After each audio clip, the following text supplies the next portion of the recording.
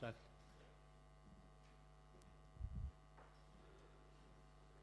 За сайн байцгаана уу та бүхэнд өдрийн мэнд хүргэе.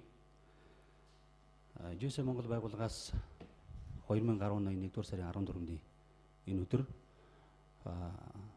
хүний амьд явах эрхийг хамгаалах өдрийг бий болгох тухай бас хамтран ажиллаж буй байгууллагуудтайгаа нэгдэн хэвлэлийн хурлыг зарласан.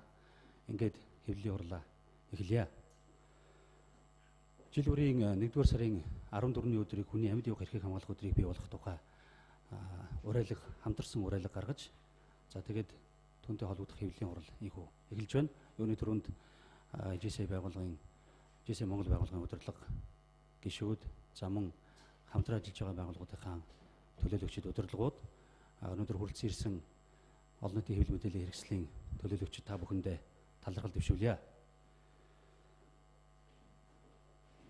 Тэгэхээр өнөөдрийн хэвлэлийн хурлын гол зорилго бол нийгэмдээ одоо эерэг өөрчлөлтийг бүтээцэй гэсэн урайтай ийм зорилготой ажлын бас нэгэн томоохон эхэл болж байгаа.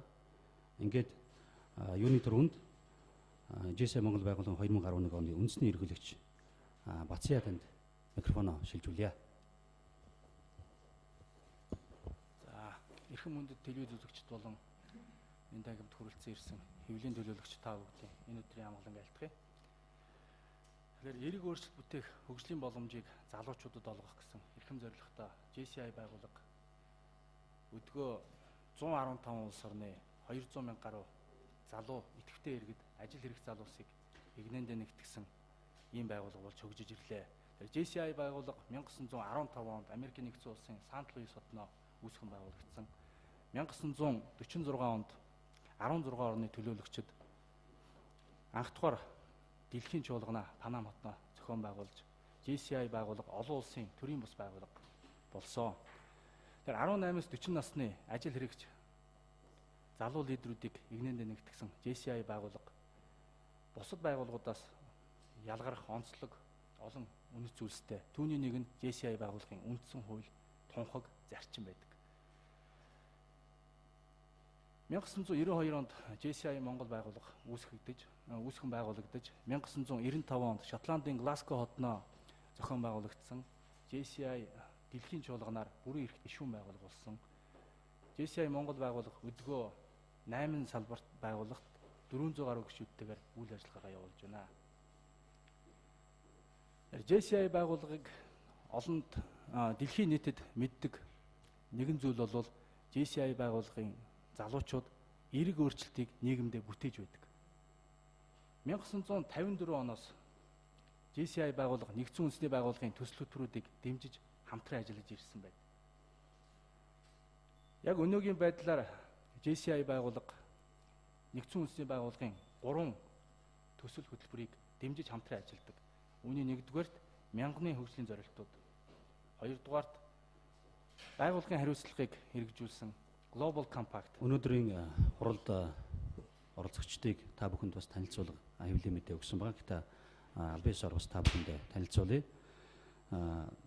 GSM Монгол байгууллагын 2011 оны үндэсний ерөнхийлөгч Бацьяа сая та бүхэнд бас мэдчилж танилцуулга хэлээ.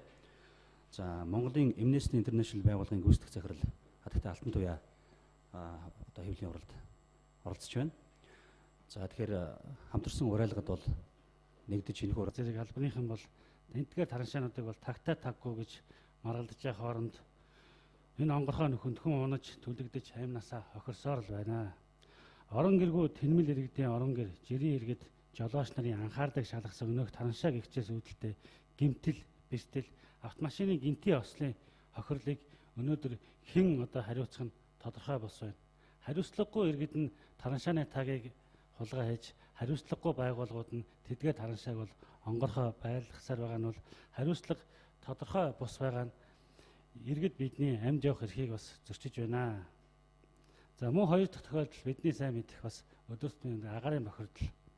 Улаанбаатар хотын 1.5 сая иргэн өвөл бүр хорт утаанд хордож гамшигын төвүүдэд байгаа гэр хорооллын олон айлын иргэд түүний дотор өндөр настай ялах хүүхдүүд угаартаж байна.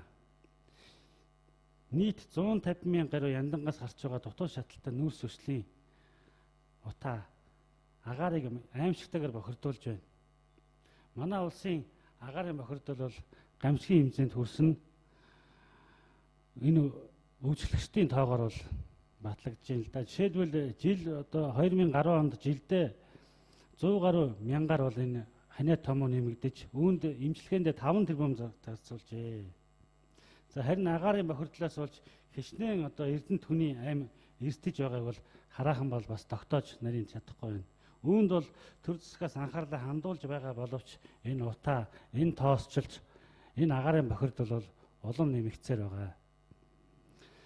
За мөн одоо энэ гуравт нь миний ярих цаг сэдв бол замын сэдв байна. 2010 онд замын цагдаагийн газарт 34,830 одоо зам тээврийн осол бүртгэгдсэн байна. За эдгээр осолд бол ихэвчлэн бас манай бага насны хүүхдүүд бас өртдөг. Энэ нь юутай холбоотой гэхээр манай хүүхдүүдэд замын хөдөлгөөний дүрмийг ойлгуулаагүйгээс мөн одоо тэдний одоо хичээлдээ явах ирэх одоо сургуулийнхын замд замын тэмдэглэгээ шаардлагатай хурд цааруулагчийг бас байлруулахгүй болсноос болоод хүүхдүүд маш их бас зам тээврийн осолд өртөж байна. За замын цагдаагийн газрын веб сайтад дурдсанаар жилдээ манай улсад 530 хүн автотээврийн ослоор амь насаа алдаж байна. Энэ нь бол одоо дайны байдалтай байгаа Ирак, Афганистаны дайнд нас барсан Америк цэргүүдийн одоо тооноос ч одоо илүү олон хүн нас барж байна.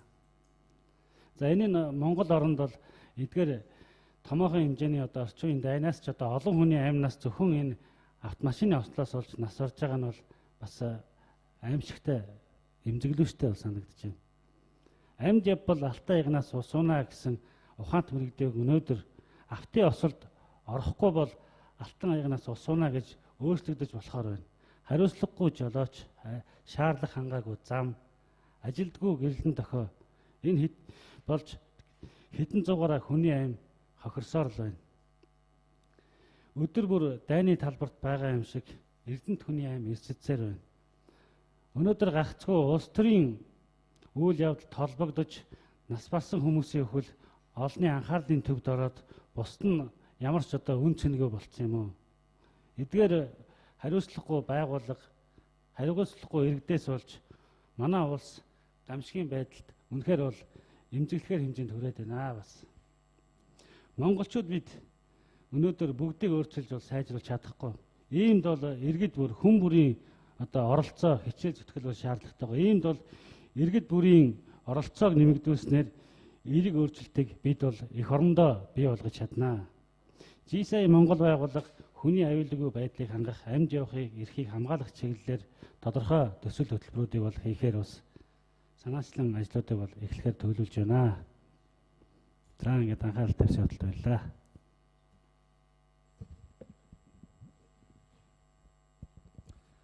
За баярлалаа. За ингээд одоо микрофоныг Монголын Amnesty International байгууллагын гүйцэтгэх захирал хатагтай Алтан Туяад шилжүүлье. За тэгэхээр альва тэмдэглэлт өдрүүдийг одоо хүмүүс алтан байгууллага одоо төр засаг маань ажлын одоо ололт, амжилт, шин санаачлага, замд тулгамдж байгаа альва асуудлуудаа шийдвэрлэх, за хувь хүмүүс түүнийг шийдвэрлүүлэхээр тэмцэх юм одоо байдлаар бол угтдаг.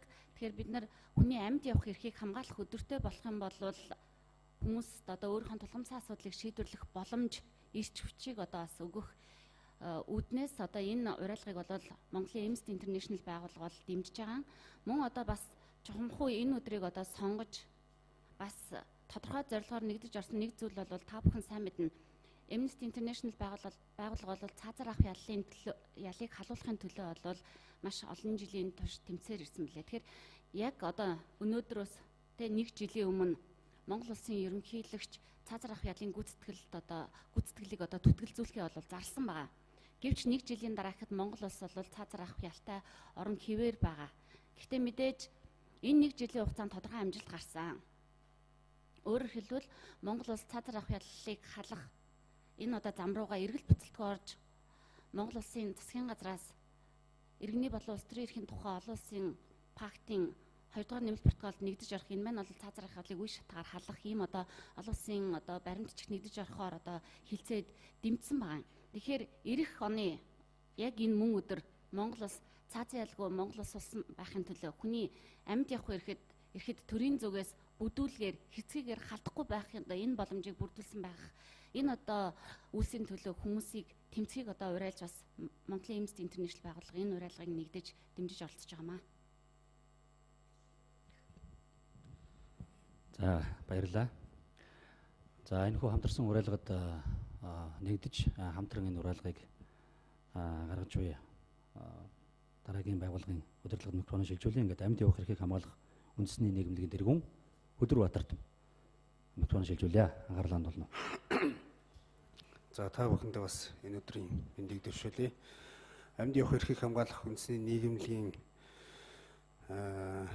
бидний бас гол ажлын зорилго маань бол одоо Amnesty International байгууллагатай бас утга нэг цаазар ахлыг Монгол улсад хаалхын төлөө байгуулагдсан бас амьд явах эрхийг бүхий л талаар зөрчиж байгаа ноцтой асуудлуудтай тэмцэх зорилготой байгуулагдсан байнамаа. Тэгээд Монгол улсын хэмжээнд өнөөдөр би бас энэ амьд явах эрхийг хамгаалах энэхүү өдрийг зарлж байгаатай холбогдуулж бас товчхон мэдээлэл хийхэд Монгол улсад архитай тэмцэх, архитан согтуурхтай тэмцэх талаар нэлээх яригдж байгаа. Гэхдээ энэ асуудал бол ерөөсөө одоо бидний харж байгаа бол үр дүнд хүрэхгүй байна гэж үзэж байгаа. Өнөөдөр архинаас олж одоо бидний маш их гэмт хэрэг гарч байгаа. Архитан согтуурхтай холбогдож одоо хүн амны их онц ноцтой гэмт хэрэгүүд гарч байна.